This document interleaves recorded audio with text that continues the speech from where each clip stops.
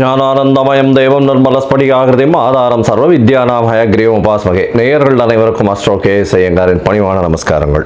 ராகு கேது பெயர்ச்சி 2025 ஏப்ரல் 26ஆம் தேதி சித்திரை மாதம் 13ஆம் நாள் சனிக்கிழமை ரேவதி நட்சத்திரத்தில் இந்த ராகு கேத்துவினுடைய பெயர்ச்சியாகுது. ராகு கேத்து பெயர்ச்சி அப்படின்றது என்ன அப்படின்னா, ராகு கேத்து இந்த ரெண்டு கிரகங்களும், அதாவது ஒரே கிரகங்கள், ஒன்று தலையாகவும் ஒன்று வாலாகவும் கருதப்படுகிறது. இந்த ரெண்டு கிரகங்களும் பார்த்தாலேயானால் 180 பாகையில் ஒன்றுக்கு ஒன்று இருக்கும். இதன் மூலியமாக பார்த்தாலேயானால் எல்லா கிரகங்களும் 7 கிரகங்களும் வலப்புறமாக போகும், கிளாக் வைஸில் போகும். ஆனால் ராகு கேத்து மட்டும் இடப்புறமாக போகும், அதாவது ஆன்டி கிளாக் வைஸில் போகும்.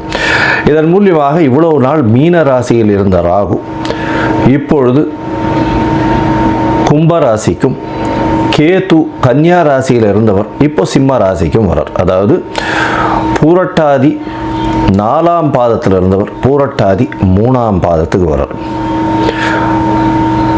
உத்திர நட்சத்திரம் 2ஆம் பாதத்தில் இருந்த கேது உத்திர நட்சத்திரம் 1 பாதத்துக்கு வரார். ஸோ இதுதான் ராகு கேத்துவினுடைய மாற்றம். இது 26/4/2025 வருது.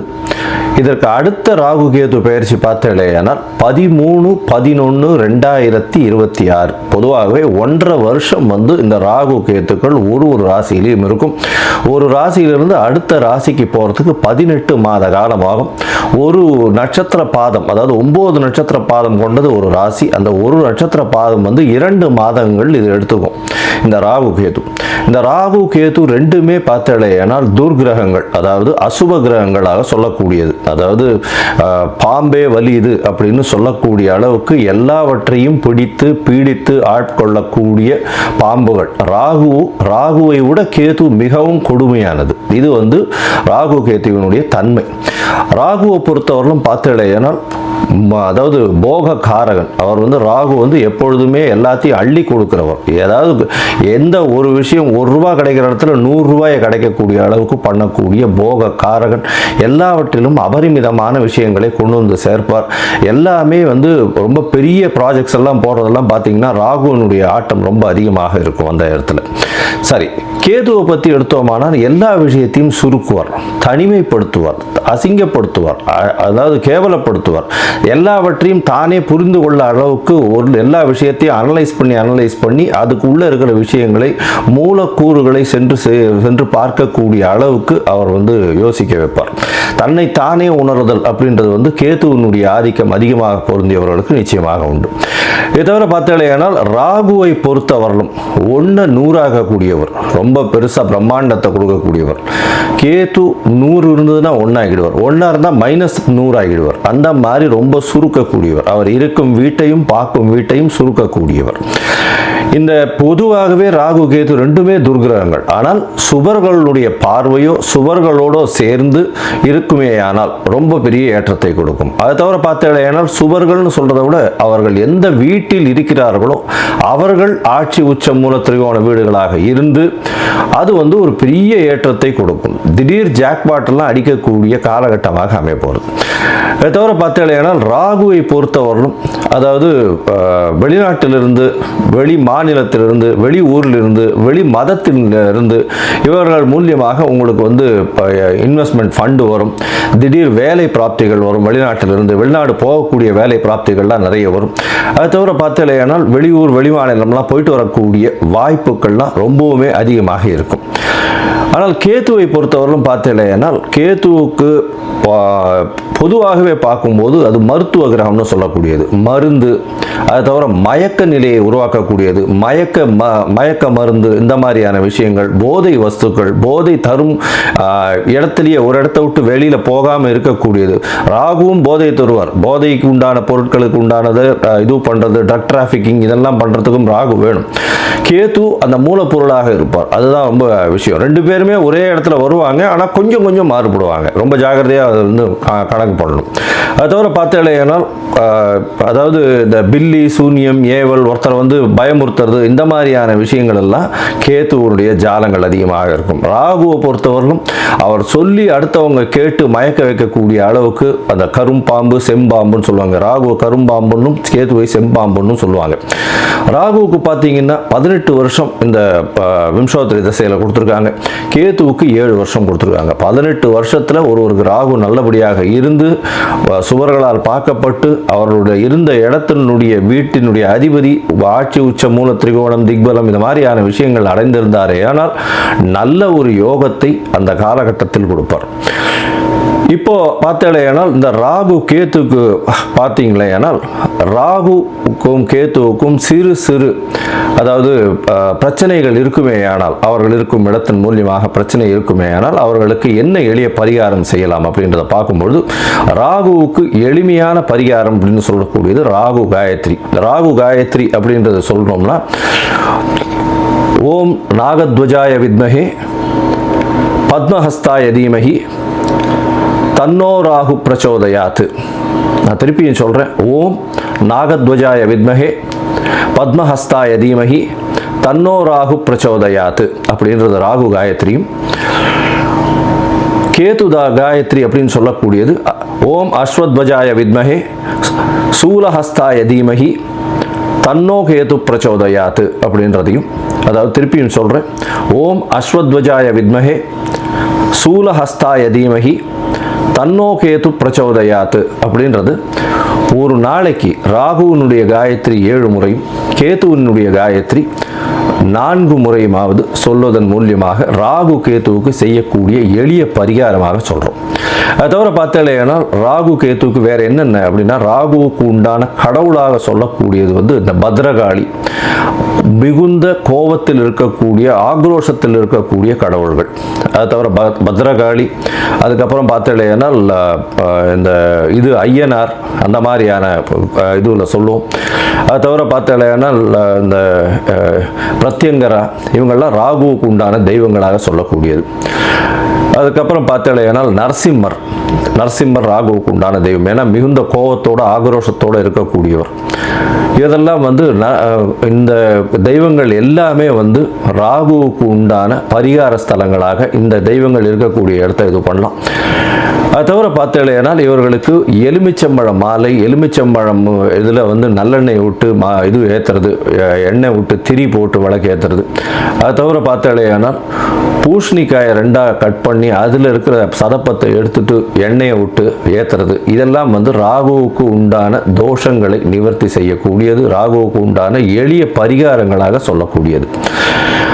அது தவிர பார்த்தீங்களேனா இந்த இது கேத்துவுக்கு உண்டானது என்ன அப்படின்னா விநாயகரை சொல்வார்கள். அது தவிர ஆஞ்சநேயர், அதாவது தலை மாறியவர்கள், அதாவது விநாயகரும் சரி ஆஞ்சநேயரும் சரி இவர்கள் 2 பேரையும் சொல்லுவாங்க. அது தவிர வந்து சித்தர்கள், யோகிகள், ஞான குருமார்கள், குரு பீடங்கள், மடங்கள் இதெல்லாம் சொல்லக்கூடியது. இந்த இடத்துக்கெல்லாம் போய் உங்களால் முடிஞ்ச படிப்புக்கு உண்டான ஏதாவது உங்களால் தானங்கள் செய்ய முடிஞ்சதே ஆனால் இந்த இடத்துல ஒரு நல்ல ஏற்றம் கிடைக்கும். அது தவிர பார்த்தேனால் இந்த இது ஆட்டிசம் சைல்டு, மனநலம் சற்று பேதலித்து குன்றி இருக்கக்கூடிய குழந்தைகள், வளர்ச்சி குன்றிய குழந்தைகளுக்கு உங்களால் முடிந்ததை செய்யும் பொழுது கேத்து பகவானின் மூலியமாக வரக்கூடிய எல்லா பிரச்சனைகளிலிருந்தும் நிச்சயமாக விடுதலை பெறலாம்.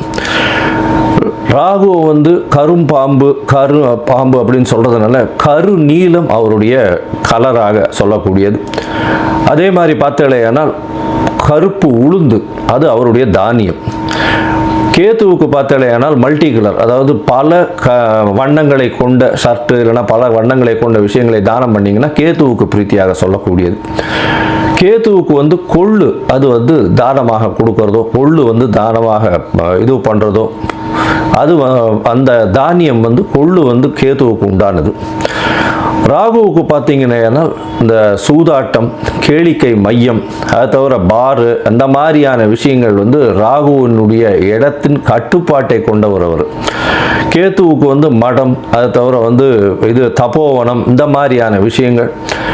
அதை தவிர தனித்து இருக்கக்கூடிய இடங்கள், அதை தவிர வந்து இந்த தவம் செய்யும் இடம், இதெல்லாம் பார்த்தீங்கன்னா கேதுவினுடைய இடமாக சொல்கிறாங்க. இது தவிர பார்த்தலையானால் இந்த ராகுவுக்கும் கேதுவுக்கும் 3-11 பார்வை இருக்குன்னு சில ஜோதிட கிரந்தங்கள் சொல்கிறது. அதாவது இப்போ பார்த்தலையானால் கும்பராசியில் ராகு இருக்கிறதுனால 3ஆம் இடம்னு சொல்லக்கூடிய மேஷத்தையும் தனுசு அப்படின்ற 11ஆம் இடத்தையும் பார்க்கறது ராகு. கேதுவை பொறுத்தவரையிலும் மிதுனத்தையும் துலாத்தையும் பார்க்கும். அவர் இருக்கும் வீட்டிலிருந்து 3-11 7ஆம் இடத்தை எல்லா கிரகங்களும் பார்க்கும். ஏன்னா சப்தம பார்வை உண்டு அப்படின்றத சொல்கிறது. சரி, இப்போ வந்து ராகுவை பற்றி பேசணும்னா பேசிகிட்டே இருக்கலாம். கிட்டத்தட்ட வந்து ஒரு 3 மணி நேரம் 4 மணி நேரம் கூட கண்டினியூஸாக பேசலாம். ஆனால் இப்போ வந்து நம்ம ஒரு ராசிக்கும் மேஷம் முதல் மீனம் வரை என்னென்ன பலன்கள்னு பார்ப்போம். அதை தவிர தனியாகவே ராகுவுக்குன்னு ஒரு 1/2 hour 1 hour வீடியோ தனியாக போடுறேன். நான் பார்ட் 1 பார்ட் 2 தனியாக போடுறேன். சரி, இப்போ மேஷம் முதல் மீனம் வரை இந்த ராகு கேது பெயர்ச்சியின் மாற்றங்கள் ஏற்றங்கள் என்னென்ன, அவர்களுடைய பார்வை என்னென்ன, என்ன பரிகாரங்கள் செய்யலாம், என்ன கோயிலுக்கு போகலாம் அப்படின்றத பார்ப்போம். இந்த சேனல், என்னுடைய சேனல் பார்த்துட்டு இருக்கவங்க உங்களுக்கு ஜாதகம் பார்க்கணும் அப்படின்னா நீங்கள் என்னுடைய மொபைல் நம்பருக்கு, கீழே கொடுக்கப்பட்டிருக்கிற மொபைல் நம்பருக்கு எனக்கு வாட்ஸ்அப் பண்ணுங்க. உங்களுடைய பெயர், உங்களுடைய தாய் தகப்பனார் பெயர், உங்களுடைய பிறந்த நேரம், தேதி, உங்களுடைய பிறந்த இடம், date of birth, time of birth, place of birth, உங்களுடைய நேம், பேரண்ட்ஸ் நேம், இது வரலாம் அனுப்புங்க. சந்தி இருக்கான்னு பார்க்குறேன். ஏன்னா லக்ன சந்தி, பாத சந்தி இதெல்லாம் பார்க்கணும். சந்திரனுடைய சந்தி இருக்கா, என்ன ஏதுன்னு பார்க்கணும். இதற்கு காரணம் என்ன அப்படின்னா பல வகையான பஞ்சாங்கங்களை உபயோகப்படுத்துகிறா. பஞ்சாங்கங்கள் உபயோகப்படுத்தக்கூடிய இடமும் வந்து பல இடங்கள் மாறுபடும். அதாவது ஸ்ரீரங்கத்து பஞ்சாங்கத்தில் டெல்லியில் பிறந்த குழந்தைகளுக்கு பேஸ் பண்ணி பார்ப்பா. அப்போது சூரிய உதயமே மாறும். அதனால் சந்தி வரக்கூடிய வாய்ப்புகள் மிகவும் அதிகம். அவங்க வந்து மிருகசீரிஷ நட்சத்திரம் அப்படின்னு நினச்சிட்டு இருப்பாங்க, 2ஆம் பாதம் அப்படின்னு நினச்சிட்டு இருப்பாள். ஆனால் பார்த்தாலேனால் 3ஆம் பாதத்தில் மிதுன ராசியில் இருப்பாள். இந்த அவள் வந்து 50 வயசு ஆகிட்டு இருக்கும், ரிஷப ராசிக்கு வந்து அர்ச்சனை பண்ணிட்டு இருப்பாள். ஆனால் மிதுன ராசியில் பிறந்திருப்பாள். ஸோ இந்த மாதிரியான மாற்றங்கள்லாம் நிறைய இருக்குது. அதனால் உங்களுடைய ஜாதகத்தை நானே போட்டு அதன் வழியாக சந்தி இருக்கான்றதை பார்த்து உங்களுக்கு உண்டான பலன்கள் என்ன ஏதுன்றதை டிஸ்கஸ் பண்ணுறேன். அதற்குண்டான கட்டணம் என்னன்றது போடுறேன். அந்த கட்டணத்தை செலுத்திட்டு நீங்கள் அப்பாயின்மெண்ட் எடுத்துக்கோங்க. சரி, இப்போது ராகு கேதுவின் பயிற்சி 2025 2026 மேஷம் முதல் மீனம் வரை ஒரு ராசியாக. மேஷம், அஸ்வினி, பரணி, கிருத்திகை இந்த 3 நட்சத்திரம் 9 பாதங்களை கொண்ட ராசி. ராசியின் அதிபதினு சொல்லக்கூடியவர் செவ்வாய். இந்த ராகு கேதுவின் பெயர்ச்சி பார்த்தேனால் இவ்வளவு நாளாக ராகு உங்களுடைய ராசிக்கு 12ஆம் இடத்துல இருந்தார். 12ஆம் இடத்துல இருந்து மிகப்பெரிய தொல்லை கொடுத்துட்டு இருந்தார். தூக்கத்தை அடியோடு கஷ்டப்படுத்தி கொண்டிருந்தார். உங்களுடைய மன அலைகள் வந்து ரொம்ப அதிகமாக போகக்கூடிய காலகட்டமாக இருந்தது. இந்த காலகட்டத்தில் வந்து பார்த்தேனால் எல்லா விஷயத்திலையும் செலவுகள் அதிகம், தேவையற்ற செலவுகள் அதிகம், விரக்திகள் கொஞ்சம் அதிகம். இப்போ வந்து இந்த ராகு கேத்துவின் பெயர்ச்சி பெரிய ஏற்றத்தையும் மாற்றத்தையும் உங்களோட வாழ்வில் கொடுக்க போகிறது. ராகு உங்களுடைய ராசிக்கு 11ஆம் இடத்துல வரார். கேது உங்களுடைய ராசிக்கு 5ஆம் இடத்துக்கு வரார். 6ஆம் இடத்துல இவ்வளோ நாளாக இருந்த கேது 5ஆம் இடத்துல வரார். 6ஆம் இடத்துல உடல்நிலையில் பாதிப்பு, அதாவது ருணரோக சத்ரு ஸ்தானத்தில் இருந்தவர் வந்து உடல்நிலையில் பாதிப்பை கொடுத்திருந்தார். இந்த அதாவது என்ன நோயின்னே தெரியாத அளவுக்கு கொடுத்திருந்தார். இப்போ வந்து அவர் வந்து 5ஆம் இடத்துக்கு வரார். 5ஆம் இடம்னு சொல்லக்கூடியது சிம்மம், அந்த இடத்துக்கு வரார். ராகு உங்களுடைய ராசிக்கு 11ஆம் இடம்னு சொல்லக்கூடிய கும்பத்துக்கு வரார். சரி, இந்த 11ஆம் இடத்துக்கு வர்றதுனால என்ன அப்படின்னா 11ஆம் இடம்னு சொல்லக்கூடியது உங்களுடைய அபிலாஷைகள், உங்களுடைய எண்ணங்கள் எல்லாமே நிறைவேறக்கூடிய காலகட்டமாக அமைய போகிறது. நீங்கள் எது நினைக்கிறீர்களோ அது வந்து நிச்சயமாக அமரும். அதுவும் ராகுவே போய் உட்கார்ந்துருக்கார் இந்த காலகட்டத்தில். இந்த 1.5 வருஷ காலத்தில் பார்த்தேடையானால் ராகு சனியோட சேர்ந்து உட்கார்ந்துருக்கார். 11ஆம் இடத்துல சனியோட சேர்ந்து உட்கார்ந்துருக்கார். 2 துர்கிரகங்கள் 11ஆம் இடம் அப்படின்னு சொல்லக்கூடிய ஆபோகுலி ஸ்தானத்தில், அந்த மறைந்த இடம் ஆபோகுலி ஸ்தானம், பணவரவு ஸ்தானம்னு சொல்லக்கூடிய இடத்துல 2 துர்கிரகங்கள் இருக்கிறது மிகவும் ஏற்றம். பொதுவாகவே இந்த துர்கிரகங்கள்லாம், அந்த சனி, ராகு இந்த மாதிரியான துர்கிரகங்கள் 11ஆம் இடமெல்லாம் இருந்ததுன்னா, 3, 6, 11 இதெல்லாம் இருந்ததுன்னா மிகப்பெரிய ஏற்றத்தை கொடுக்கும். பணவரவிற்கு எப்பவும் பஞ்சம் இருக்காது. செய்யக்கூடிய தொழிலில் அபரிமிதமான யோகத்தை கொடுத்து உங்களுக்கு என்ன வேணுமோ மிகப்பெரிய மாற்றங்களையும் ஏற்றங்களையும் உங்களுடைய வாழ்நாளில் ஏற்படுத்தி கொடுக்கக்கூடிய காலகட்டமாக அமைய போகிறது. இந்த காலகட்டத்தில் பார்த்தீங்கன்னா ராகு 11ஆம் இடத்துல இருக்கிறது ஒரு மிகப்பெரிய ராஜயோகத்தை கொடுக்கும். எல்லா விஷயத்திலையும் பெரிய ஏற்றம் இருக்கும். இருந்தாலும் மூத்த சகோதர சகோதரிகளோட அந்த அளவு ஒரு பிரச்சனைகள் வந்து கொண்டே இருக்கும், பிணக்கு இருக்காது. பண வரவும் பார்த்தேன்னா மறைந்த இடத்திலிருந்து திடீர் பண வரவு வரும். அதுவும் வந்து இந்த ராசிக்காரர்கள், மேஷ ராசிக்காரர்கள், அந்த தண்ணீர் அந்த மாதிரியான விஷயங்கள், கருப்பு சம்பந்த மறைந்த இடத்திலிருந்து இருக்கக்கூடிய குரூடு, பெட்ரோல், இரும்பு சம்பந்தப்பட்ட தொழில், அது தவிர கம்யூனிகேஷன் தொழில், இதெல்லாம் வந்து பண்ணிட்டு இருக்காளேயானால் அவளுக்கு பெரிய ஏற்றம். அது தவிர பார்த்தாலேயானால் ராகுவின் மூலியமாக ராகுவின் தொழில்னு சொல்லக்கூடியது இந்த சவுண்ட் மைக்ரேஷன், 2G 3G இந்த மாதிரியான விஷயங்கள், சவுண்ட் மைக்ரேஷன், இதெல்லாம் வந்து ஒரு பெரிய ஏற்றம். அது தவிர பார்த்தாலேயானால் ராகுவிற்கு உண்டான, அதாவது இந்த கலைத்துறையில் இருக்கிறவங்க பார்த்தீங்களேனால் நல்ல ஒரு ஏற்றத்தை காண்பார்கள். புதுசாக ஒரு 2-3 ப்ராஜெக்ட் உங்களுக்கு வரும். ஏன்னா கலைத்துறையில் சின்ன திரை, பெரிய திரை, இவங்களுக்கெல்லாம் வந்து பார்த்தோம்னா பெரிய மாற்றங்கள் அமையக்கூடிய காலகட்டமாக அமையும். ஏன்னா ராகு 11ஆம் இடத்துல போய் இருக்கிறதுனால நிச்சயம் வெளிநாடு டிராவல் ஒரு தூரம் போயிட்டு வருவீங்க. அதாவது வீட்டை விட்டு, நாட்டை விட்டு, ஊரை விட்டு வெளியில் சென்று வரக்கூடிய பாக்கியம் உண்டு. அதுவும் கலைத்துறையில் இருக்கிறவங்களுக்கு பெரிய ஏற்றத்தை கொடுக்கக்கூடிய காலகட்டமாக அமைகிறது. உங்களுடைய ராசியில் இருக்கக்கூடிய அரசியல் பிரமுகர்களுக்கு பார்த்தீங்கன்னா பெரிய ஏற்றம். எல்லாம் திடீர்னு பணம் குவிய ஆரம்பிக்கும். என்ன பண்ணுறாங்கன்னே தெரியாது, அவங்களுக்கு பாட்டுக்கு பணம் குமிஞ்சிட்டே இருக்கும். எல்லா விஷயத்திலையும் அவங்க சொல்கிறது எல்லாமே நடக்கக்கூடிய காலகட்டமாக அமையும். இந்த காலகட்டத்தில் பார்த்தீங்கன்னா ராகு உங்களுடைய ராசிக்கு 3ஆம் இடத்தையும் 9ஆம் இடத்தையும் பார்க்குறாரு. இதன் மூலியமாக பார்த்தீங்கன்னா உங்களுடைய தந்தைக்கு ஒரு சின்ன மனசு, அதாவது உடல் நலத்தில் சற்று பின்னடைவு இருக்கும். உங்களுடைய உடல் நிலையில் சற்று பின்னடைவு இருக்கக்கூடிய காலகட்டமாகவே அமையும். இருந்தாலும் தந்தையின் உடல்நிலையில் நல்ல ஒரு ஏற்றம் கிடைக்கும். ஏன்னா குருவும் வந்து இப்போ அதாவது குரு வந்து 11/5/2025 மாறி அவரே 9ஆம் இடத்தையும் பார்க்கிறார். அதனால் வந்து தந்தையின் உடல்நிலையில் ஏற்றம் கிடைச்சிடும் அதுக்குள்ள. ஆனால் உங்களுடைய உடல்நிலையில் சற்று உன்னிப்பாகவும் கவனிப்பாகவும் இருக்கிறது ரொம்பவும் நல்லது. இந்த காலகட்டத்தில் கேது உங்களுடைய ராசிக்கு 5ஆம் இடத்துல இருக்கார். 5ஆம் இடத்துல இருக்கக்கூடிய கேது குழந்தை பிராப்திக்கு பிரச்சனையை கொடுப்பார். இவ்வளோ நாளாக குழந்தைகள் இல்லை அப்படின்னு இருக்கிறவர்களுக்கு குழந்தை பிராப்திக்கு கொஞ்சம் பிரச்சனையை கொடுத்தே தீர்வார். ஏன்னா கேது 5ஆம் இடத்துல இருக்கார். கேதுவை சனி வேற பார்க்கிறார் மூல திரிகோண வீட்டிலிருந்து. அதனால் இந்த காலகட்டத்தில் 5ஆம் இடத்தை சுருக்கக்கூடிய அந்த காரகத்துவத்தை சுருக்கிடுவார். அவர் 5ஆம் இடத்தினுடைய விஷயத்தை சுருக்குவார். அதாவது உங்களுடைய பதவி, புகழ், அந்தஸ்து, கௌரவம், அதை தவிர பார்த்தோம்னா உங்களுடைய குடும்பத்தில் வந்து வாரிசுகள் வர்றது, இதெல்லாத்தையும் வந்து சற்று பின்னடைவு செய்வார். உங்களுடைய குழந்தைகளை விட்டு நீங்கள் பிரிந்து செல்லக்கூடிய காலகட்டம், இதெல்லாம் வந்து வரக்கூடிய வாய்ப்புகள் நிச்சயமாக இருக்கும். இருந்தாலும் பெரிய ஏற்றத்தை கொடுப்பார். அதாவது ஒரு நல்ல சந்தோஷமான விஷயத்துக்கு நீங்கள் பிரிஞ்சு போக வேண்டிய கட்டாயங்கள்லாம் வரக்கூடிய காலகட்டமாக இருக்கும். அதாவது பொண்ணு கல்யாணமாகி போகும், இந்த மாதிரியான விஷயங்கள் இருக்கும். குழந்தை பிராப்திக்கு பார்த்து கொண்டிருக்கக்கூடிய மேஷராசிக்காரர்களுக்கு சற்று தாமதப்படக்கூடிய வாய்ப்புகள் நிச்சயமாக உண்டு. இந்த காலகட்டத்தில் பார்த்தேனால் உங்களுடைய ராசிக்கு 5ஆம் இடத்தில் இருக்கக்கூடிய கேது பகவான் ராசிக்கு 3ஆம் இடத்தையும் ராசிக்கு 7ஆம் இடத்தையும் பார்க்கிறார். இதன் மூலியமாக பார்த்தேனால் உங்களுடைய முயற்சியில் சிறு சிறு தடைகள் வந்தாலும் நிச்சயமாக வெற்றி இலக்கை அடையக்கூடிய வாய்ப்புகள் உண்டு. அது தவிர பார்த்தோம்னா இளைய சகோதரர்களோடு நல்ல ஒரு அண்டர்ஸ்டாண்டிங் இருக்கக்கூடிய காலகட்டமாக இருக்கும்.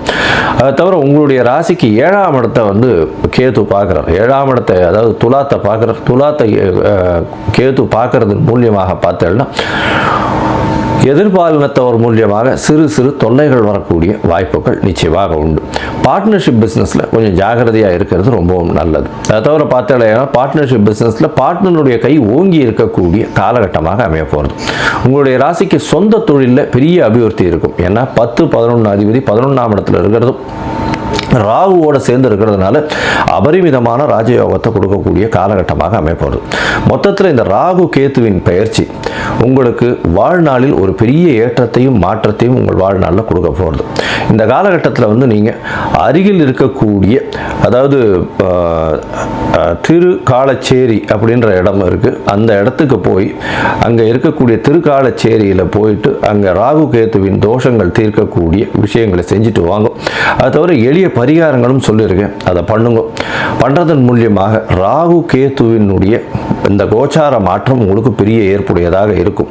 அதாவது தசாபுக்தி சரியில்லாமல் இருக்கிறவங்களுக்கு கோச்சாரம் நல்லபடியாக இந்த காலகட்டத்தில் இருக்குமே வேணுமே ஆனால் இந்த காலகட்டம் நிச்சயமாக உங்களுக்கு ஏற்றத்தை கொடுக்கும். பண வரவிற்கு பஞ்சம் இருக்காது. உடல் நலத்தில் ரொம்பவும் பெரிய ஏற்றம் இருக்கக்கூடிய, அதாவது உடல் நலத்தில் சற்று பின்னடைவு இருக்கும். மொத்தத்தில் பார்த்தேனால் பண வரவு எல்லா விஷயத்திலையும் இருக்கும். உடல் நலத்தில் சற்று பின்னடைவு இருக்கக்கூடும். மூத்த சகோதர சகோதரிகளோடு சற்று பிணக்கு ஏற்படக்கூடிய வாய்ப்புகள் உண்டு. அரசியல்வாதிகளுக்கு நல்ல ஒரு ஏற்றமான காலம். மருத்துவர், அது தவிர பொறியியல் வல்லுநர்கள், இந்த கம்யூனிகேஷன் வியாபாரம் பண்ணுறவங்க, இவங்களுக்கெல்லாம் பெரிய ஏற்றம் கிடைக்கக்கூடிய வாய்ப்புகள் நிச்சயமாக உண்டு. உங்களுடைய ராசிக்கு குழந்தை பிராப்திக்கு சற்று நிதானம் தேவை. இந்த காலகட்டம் அந்த அளவுக்கு சரி வராது. அது தவிர பார்த்தேனால் குழந்தைகள் மூலியமாக நல்ல ஒரு ஏற்றம் கிடைக்கக்கூடிய காலகட்டமாக அமைய போகிறது. குழந்தைகள் சற்று பிரிந்து இருக்கக்கூடிய வாய்ப்புகள் நிச்சயமாக இருக்கும். முயற்சிகள் எல்லாமே வெற்றி பெறக்கூடிய வாய்ப்புகள் நிச்சயமாக உண்டு. உங்களுடைய ராசிக்கு பார்த்தேன்னா உடல் நலத்தில் சற்று பின்னடைவு இருக்கும். ஜாகிரதையாக இருக்கிறது நல்லது. மொத்தத்தில் இந்த மேஷ ராசிக்காரர்களுக்கு பெரிய ஏற்றம் மாற்றம் வரக்கூடிய காலகட்டம் 95% ஒரு பெரிய ஏற்றத்தை கொடுக்கக்கூடிய காலகட்டமாக அமைய போகிறது.